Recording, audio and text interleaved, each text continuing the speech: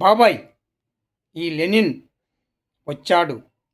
రాజకీయాల్లోకి అడుగు పెట్టబోతున్నాడు. బాబాయ్, నువ్వు కాస్త రెస్ట్ తీసుకో. అర్థమయ్యిందా? నేటి రాజకీయాలు ఎంతో ప్రమాదకరంగా మారిపోతున్నాయి. ఒక్కొక్కడి గుండెల్లో స్వార్థం పెళ్ళుబికిపోతూ ఉంది. బాబాయ్, నీకు తెలిసిన విషయమే. నాన్నగారు నాన్నగారు సీఎంగా 5 ఏళ్ళు చేశాడు. ప్రజలకు ఎంతో ఎంతో సేవ చేశాడు.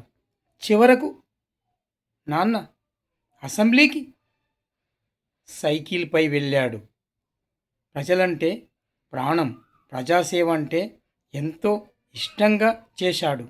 నాన్న 5 ఏళ్ల పాలనలో ప్రజలందరూ రామరాజ్యపు లాంటి పాలన అన్నారు. ఏ ఒక్కరికి అన్యాయం జరగనివ్వలేదు నాన్న. అర్థమయ్యింది కదా? నీకు కూడా తెలుసు కదా బాబాయ్.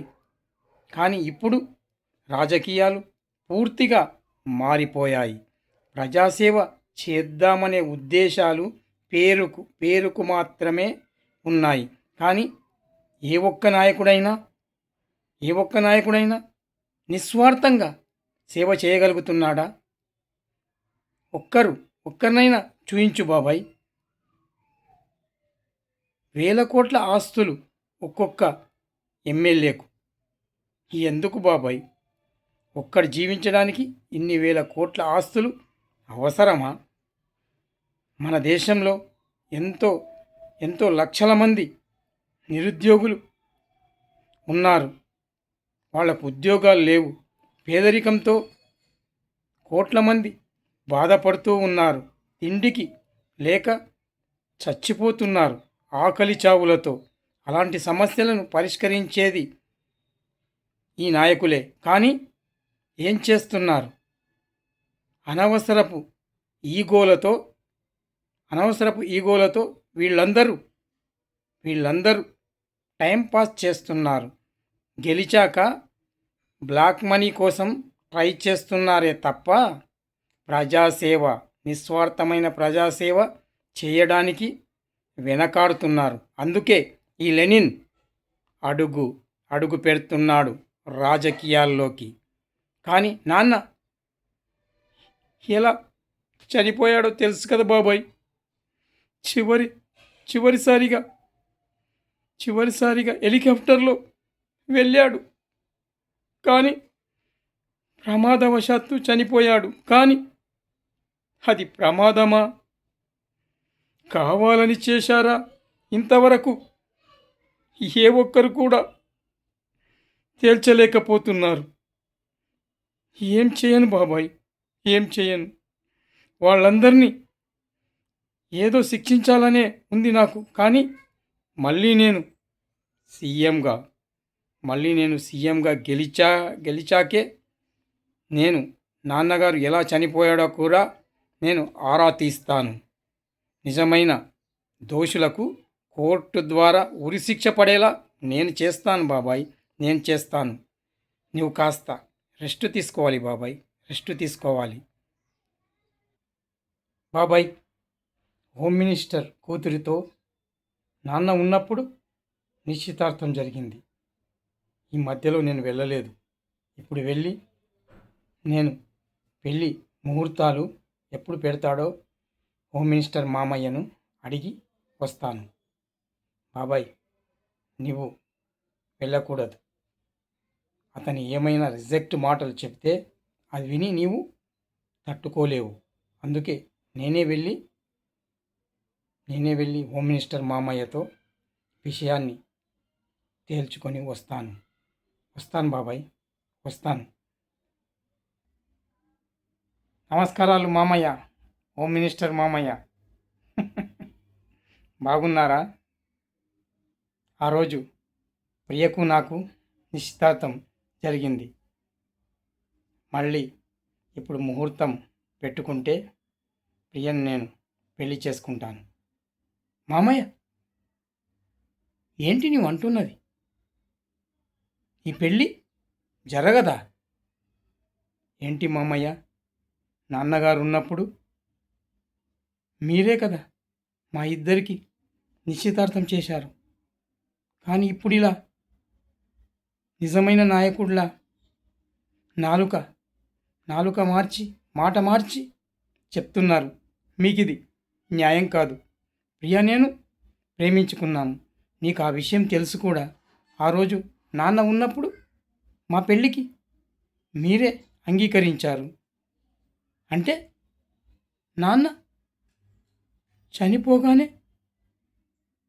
ఏంటి మామయ్య, ఏంటి మామయ్య ఈ దారుణమైన మాటలు మాట్లాడుతున్నారు మీరు? ఈ లెనిన్కు కోపం తెప్పించకు మామయ్య, కోపం తెప్పించకు. ఏంటి, ప్రియకు పక్క రాష్ట్రపు సీఎం కొడుకుతో పెళ్ళి నిశ్చయం చేశావా? ఏంటి మామయ్య, నాన్న చనిపోయాక ఇలాంటి పరిస్థితి నాకు వస్తుందని అనుకుని ఉంటే నేను ఆ రోజే పెళ్లి చేసుకునేవాడిని. కానీ నాన్న హెలికాప్టర్ యాక్సిడెంట్లో చనిపోయాడు. అది ఎలాంటి ప్రమాదకరమైనదో మీకు తెలుసు. అందులో రాజకీయ హస్తముందో లేదంటే దైవాధీనమో నాకు ఇంతవరకు తెలియదు మామయ్య. కానీ మీరు ఇలా పెళ్లి నిర్ణయం చేయడం చాలా అన్యాయం మామయ్య, అన్యాయం. ప్రియకు ఈ విషయం తెలిస్తే తట్టుకోలేదు మామయ్య, తట్టుకోలేదు. రేపు మీరు ప్రియకు బలవంతపు పెళ్లి చేస్తున్నారు. ప్రియకు ఏదైనా జరగరానిది జరిగితే ఆ తర్వాత బాధపడేది నువ్వే మామయ్య, నువ్వే. నీ ఈగోలకు పోయి నాపై కక్ష సాధిస్తున్నావా? నాన్న చనిపోయాడనేటువంటి ఒక్క కారణంగా. మామయ్య, నేను మళ్ళీ ఎలక్షన్లో నిలబడి నేను సీఎంగా గెలిచి తీరుతాను. ఏమనుకున్నావు? చూడు, అంతవరకైనా నాకు అవకాశం ఇవ్వు. అంటే ఇప్పుడే ముహూర్తాలు పెట్టేసిస్తున్నావా? సరే, నీ ఇష్టం. నీవు ఆ నిర్ణయం తీసుకున్నాక నేనేం చేయలేను. అయితే నేను వెళ్ళి వస్తాను మామయ్య, వెళ్ళి వస్తాను. ఆలోచించుకో. ప్రియకు మాత్రం ఈ విషయం చెప్పు. ఓకే ఓకే మామయ్య, వస్తాను. హలో ప్రియా, నేను లెనిన్ను మాట్లాడుతున్నాను. ఏంటి, మీ నాన్న నీ పెళ్ళి ఫిక్స్ చేశాడని చెప్పాడు పక్క రాష్ట్రపు ముఖ్యమంత్రి కొడుకుతో? ఏంటి ప్రియా, మీ నాన్న ఇలా రెండు మాటలు మాట్లాడడం నాకు బాగా అనిపించడం లేదు. కానీ మీ నాన్న చేస్తున్నది చాలా తప్పు ప్రియా. మా నాన్న చనిపోయాడనేటటువంటి ఒక్క కారణంతో మన పెళ్ళిని రిజెక్ట్ చేస్తున్నాడు. కేవలం మీ నాన్న అధికారపు బలుపుతో చేస్తున్నాడు. కానీ నేను మళ్ళీ ఎలక్షన్లో గెలిచి సీఎం అవుతాను. ఆ మాత్రం నమ్మకం మీ నాన్నకు నాపై లేదు. అందుకే ప్రియా, నువ్వైనా ఈ పెళ్ళి సంతోషంగా చేసుకో. నిన్ను నూరేళ్ళు జీవించి ఉండు. కానీ ఎలాంటి అఘాయిత్యం చేయకు. జీవితంలో మళ్ళీ నేను సీఎం అయ్యాక వచ్చి నేను తప్పక కలుస్తాను ప్రియా, కలుస్తాను. నేను తప్పకుండా విజయం సాధించి సీఎం అవుతాను ప్రియా, సీఎం అవుతాను. ఉంటాను ప్రియా. నువ్వు ఎలాంటి అఘాయిత్యం మాత్రం చేసుకోకు ప్రియా, చేసుకోకు ప్లీజ్. మామయ్య, నేను గెలిచాను చెప్పాను కదా మామయ్య ఆ రోజే. రేపే నా ప్రమాణ స్వీకారం. కానీ మామయ్య, నువ్వు చేసిన ద్రోహానికి, నువ్వు చేసినటువంటి అన్యాయానికి నీ యొక్క ఈగోతో ప్రియను నువ్వే చంపేశావు మామయ్య, నువ్వే చంపేశావు. ప్రియ పెళ్లి రోజే పెళ్లి పందిట్లో విషం తాగి చచ్చిపోయింది మామయ్య, విషం తాగి చచ్చిపోయింది. కానీ నేను అనుకుంటే ఈ క్షణమే నీకు ఉరిశిక్ష వేయించగలను మామయ్య, ఉరిశిక్ష వేయించగలను. కానీ నేను అలాంటి పని చేయను మామయ్య, చేయను. నువ్వు మాట తప్పినా నేను అలాంటి పని చెయ్యను మామయ్య. నీకు కోట్ల ఆస్తి ఉంది, కానీ ఏం లాభం? ఒకే ఒక కూతురు. ఛీ! ఇంతటి నీచానికి ఒడిగట్టావు. అర్థమయ్యిందా ఇప్పటికైనా? డబ్బు కాదు ముఖ్యము, మాట, మంచితనము, ప్రేమ, భావన నీకు ఏవీ లేవు. కానీ నేను ప్రియను పోగొట్టుకున్నాను మామయ్య, పోగొట్టుకున్నాను. ఇక నేను జీవితాంతం పెళ్ళి చేసుకోను మామయ్య, పెళ్ళి చేసుకోను. ఈ లెనిన్ జీవితాంతం బ్రహ్మచారిగానే ఉంటాడు మామయ్య, బ్రహ్మచారిగానే ఉంటాడు. కానీ వచ్చే జన్మలో ప్రియను నేను పెళ్లి చేసుకుంటాను. వచ్చే జన్మ దాకా ఈ లెనిన్ ప్రియ కోసం వెయిట్ చేస్తాడు మామయ్య, వెయిట్ చేస్తాడు. అది మాత్రం పక్కా. రాజకీయ నాయకుడు మాట చెప్పాడంటే బతికినా చచ్చినా మాటపై నిలబడాలి. అది మనిషి ధర్మం. తెలుసుకో, తెలుసుకో మామయ్య, తెలుసుకో. వస్తాను రేపు నా ప్రమాణ స్వీకారానికి. వచ్చేయి. అర్థమయ్యిందా?